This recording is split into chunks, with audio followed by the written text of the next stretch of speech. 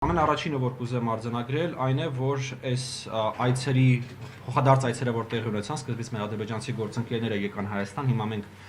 այցելեցինք Ադրբեջան, սա դարձավ այլևս նախաձեռնություն, նախաձեռնությունը կոչվում է խաղաղության կամուրջ նախաձեռնություն եւ մեր նպատակն է այցերը շարունակական լինեն,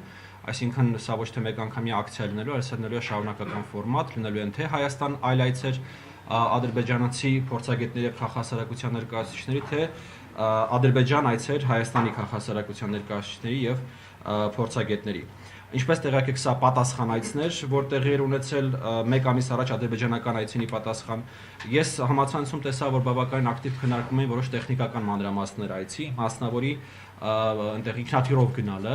Սրա վերաբերյալ միանգամից մի քանի մեկնաբանություն եմ ուզում անել։ Ուրեմն առաջին մեկնաբանությունը այն է, որ ամեն ինչը արվել է փոխադարձության սկզբունքով, այսինքն ինչպես որ ադրբեջանական կողմից են ներկա գտնվել Հայաստանում եւ եկել են Հայաստան ուղիղ չվերթով ինքնաթիռով, նույն ուրեմն որոշումը կայացվել է իրականացնել նաեւ հայկական կողմից, սա առաջինը։ Երկրորդը ես ուզում եմ նշեմ, որ երևի բոլոր գործընկերների համար կասեմ, որ սա չափազանց պարտավորեցնող է նաեւ մեզ, երբ որ ուրեմն նման քանակությամբ ռեսուրսներ են ներդրվում այս միջոցառումների մեջ։ Եվ երրորդ բանը, որ կուզեմ ասել այս թեմայով, մենք աշխատում ենք եւ աշխատելու ենք նաեւ այլ ռեսուրսներ ներգրավել այս նախաձեռնությունները իրականացնելու մեջ, ոչ միայն Հայաստանի Հանրապետության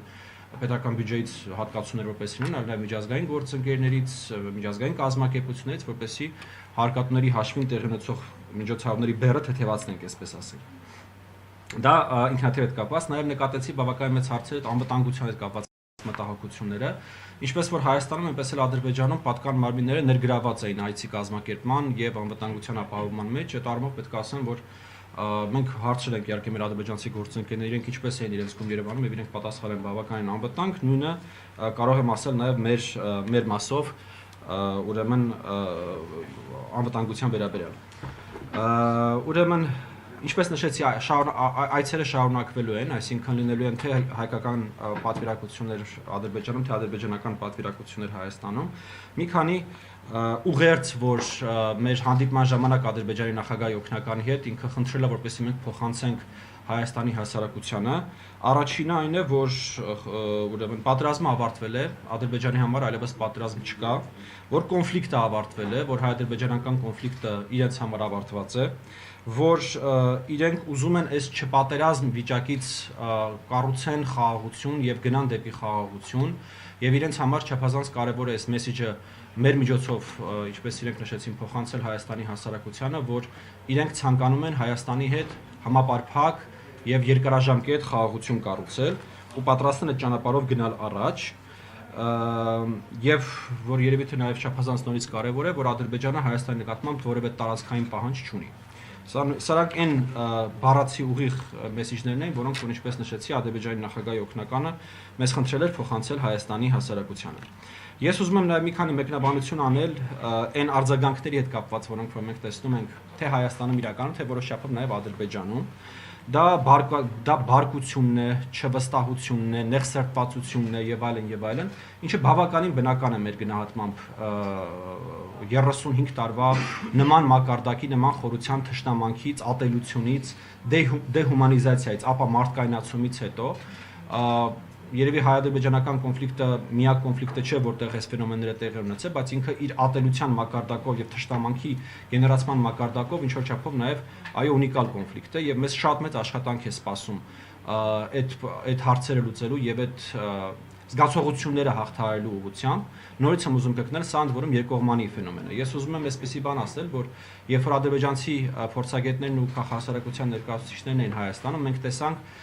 իրենց նկատմամբ, այսպես իրենց նախկին հայտարարությունների, իրենց նախկին ելույթների, իրենց նախկին գործողությունների վերհանում եւ դրանց հրապարակայնացում ասում, այս մարդիկ են խաղաղության կառուցողը։ Ես ուզում եմ ասել, որ նույն բանը եղավ նաեւ մեր հանդեպ Ադրբեջանում, այսինքն երբ որ մեր նախկին հայտարարությունները, պատերազմի օրերին արած հայտարարությունները, պատերազմի օրերին արած գործողություններն էին, այսպես տարբեր ադրբեջանական լրատվականներով եւ տելեգրամ ալիքներով շրջանառում, ասում, այս մարդիկ են եկել մեր այդ խաղաղություն կառուցելու։ Ու սա գիտեք բնական ֆենոմեն է։ Հիմա ոչ մեկ, ոչ Հայաստանում, ոչ Ադրբեջանում երկնքից չի իջե, որպեսզի այսպես նոր խաղաղություն սկսի կառուցել կամ ոչ մեկ ի սկզբանե եկեք անկեղծ խոսենք, էլի, այտենց ամբողջությամբ այդ գծի մեջ մի քանի հոգու բացառություն երևի հաշված չի եղել։ Այնպես որ ակնկալել, որ լինելու են մարդիկ, ովքեր որ միշտ խոսել են եւ միայն խոսել են հայ-ադրբեջանական խաղաղության կարգավորման մասին, երևի թե միամտություն է եւ այո, ցանկության դեպքում երկու կողմերն էլ դա կարող են գտնել, դա կարող են բարձրաձայնել, հրապարակայնացնել եւ որպես խոչընդոտ ներկայացնել։ Բայց այս առումով ես կարծում եմ, որ մենք հիմա ունենք հնարավորություն։ Այդ հնարավորությունը եւ եթե դուք նկատել եք մեր բոլոր մամլոհաղորդակցությունների մեջ մենք հղում ենք անում օգոստոսի 8-ին եւ Միացյալ Նահանգներում ստորագրված հռչակագրերին եւ պայմանավորվածություններին։ Այդ հնարավորությունը կարմիր գիծ քաշելն է եւ այդ կարմիր գծից այն կողմ աշխատելն է։ Այսինքն եթե մենք հիմա հավերժ գնանք հետ, գնանք անցյալ, գնանք պատմության մեջ, ով երբ ինչ ասա, ով երբ ինչ արել, ով երբ ոնց է վարվել, դա մեր գնահատմամբ ուղղակի ճանապարհ է դեպի ոչ միտեղ եւ այս առումով ես պետք է արձանագրեմ, որ նաեւ կա որոշակի փոխհմբռնում մեր ադրբեջանցի գործընկերների հետ այս թեմայի վերաբերյալ։ Ես ուզում եմ նաեւ արձանագրել, որ առնվազն իմ գնահատմամբ այս թեմայի շուրջ կա լուր մեծամասնություն Հայաստանում, որը որ առանձնապես չի արձագանքում կամ ոչ նեգատիվ, ոչ դրական, այսպես սուր էմոցիաներ չի արտահայտում եւ կա բավականին բարձրաձայն փոքրամասնություն, որը որ հերվից հատկապես երևում է իբրև թե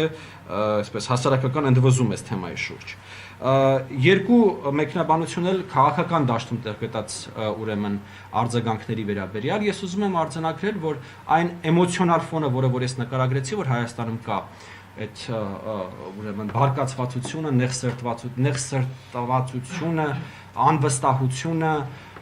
ինչ որ չափով վախը, ես նկատում եմ, որ Հայաստանի քաղաքական դաշտում տարբեր գործիչներ փորձում են ամեն կերպ կապիտալիզացնել, ամեն կերպ օգտագործել իրենց քաղաքական նպատակների իրականացման գործում, ինչը իմ կարծիքով բավականին զազրելի երևույթ է։ Ես նաև այսպիսի մի բան եմ ուզում ասել, սա արդեն իմ անձնական կարծիքն է, գործընկերների անունից չեմ ասում։ Իմ կարծիքով Հայաստանի քաղաքական դաշտում այս պայմանությամբ ով որ դեմ է խոսում հայ-ադրբեջանական կարգավորմանը եւ հայ-թուրքական կարգավորմանը, կամ ուղղակի օտարերկրյա գործակալ է, սրիկա է, կամ ուրեմն ապաքաղաքական ապուշ է, որը որ չի հասկանում թե ինքը ինչ է խոսում։ Ես այլ տարբերակ Հայաստանի քաղաքական դաշտում բացատրելու մարդկանց դեմ լինելը հայ-ադրբեջանական եւ հայ-թուրքական կարգավորմանը պարզապես չեմ տեսնում։ Եվ վերջին երկու խոսքը որ կուզեմ ասել թեմայով, հետո կխնդրեմ Տիկին Սուլթանյանը կշարունակի իր բացման խոսքը։ Առաջինը, գիտեք, ես կարծում եմ, որ սովետական միության փլուզումից ի վեր երկու հասարակությունները ունեցել են միայն պատերազմի եւ միայն կոնֆլիկտի փորձառություն եւ մեզ մեծ աշխատանք է սպասում համակեցություն ձևավորելու եւ համակեցության որոշակի միջավայր ձևավորելու ճանապարհին եւ հավելեմ սրան, որ նաեւ հենց սովետական միության տարիներին դա իրական համակեցություն եւ իրական բարիդրացիություն չի եղել, որտեղ այդ եղել է կենտրոնի միջոցով կառուցված հարաբերություններ։ Երբ որ մենք իրար այդ հարաբերությունները կառուցել ենք Մոսկվայի միջոցով, մենք իրար այդ հարաբերությունները եւ հարցերը բարձրացել ենք Մոսկվայի միջոցով, եւ հենց դա էր պատճառը, որ հենց որ սովետական կայսրությունը թուլացավ, հենց միանգամից առաջացավ պատերազմը։ Այսինքն մենք մեր առջև պետք է խնդիր դնենք ընդհանրապես առաջին անգամ մեր համատեղ այս հարևանության պատմության մեջ փորձելու կառուցել առանց կենտրոն զուգահեռ հարաբերությունների մեջ ուրեմն որոշակի համակեցության կանոններ։ Եվ ամենավերջինը, անցնող 35 տարիների ընթացքում Հայաստանի եւ Ադրբեջանի մեջ ձևավորվել է ինչ-որ չափով երկաթյա վարակույր, երբ որ իրանք ընդեղ են, մենք ընդեղ ենք եւ կա ռազմաճակատ, կա այդ առաջնակից։ Հիմա այս նախաձեռնությունը ինքը այլևս երկու անգամ այդ երկաթյա վարակույրի միջով անցել է։ Բավարար է սա խոսելու նրա մասին, որ երկաթյա վարակույրը սկսել է փլուզվել, չգիտեմ, մենք հաղթահարել ենք, ոչ, բնականաբար բավարար չի, բայց արդյոք սա քայլ է այդ ուղղությամբ, ես կարծում եմ, որ միանշանակ այո, քայլ է այդ ուղղությամբ, եւ ուզում եմ նորից կրկնել, որ մենք շարունակելու ենք մեր աշխատանքը այս ամենի ուղղությամբ։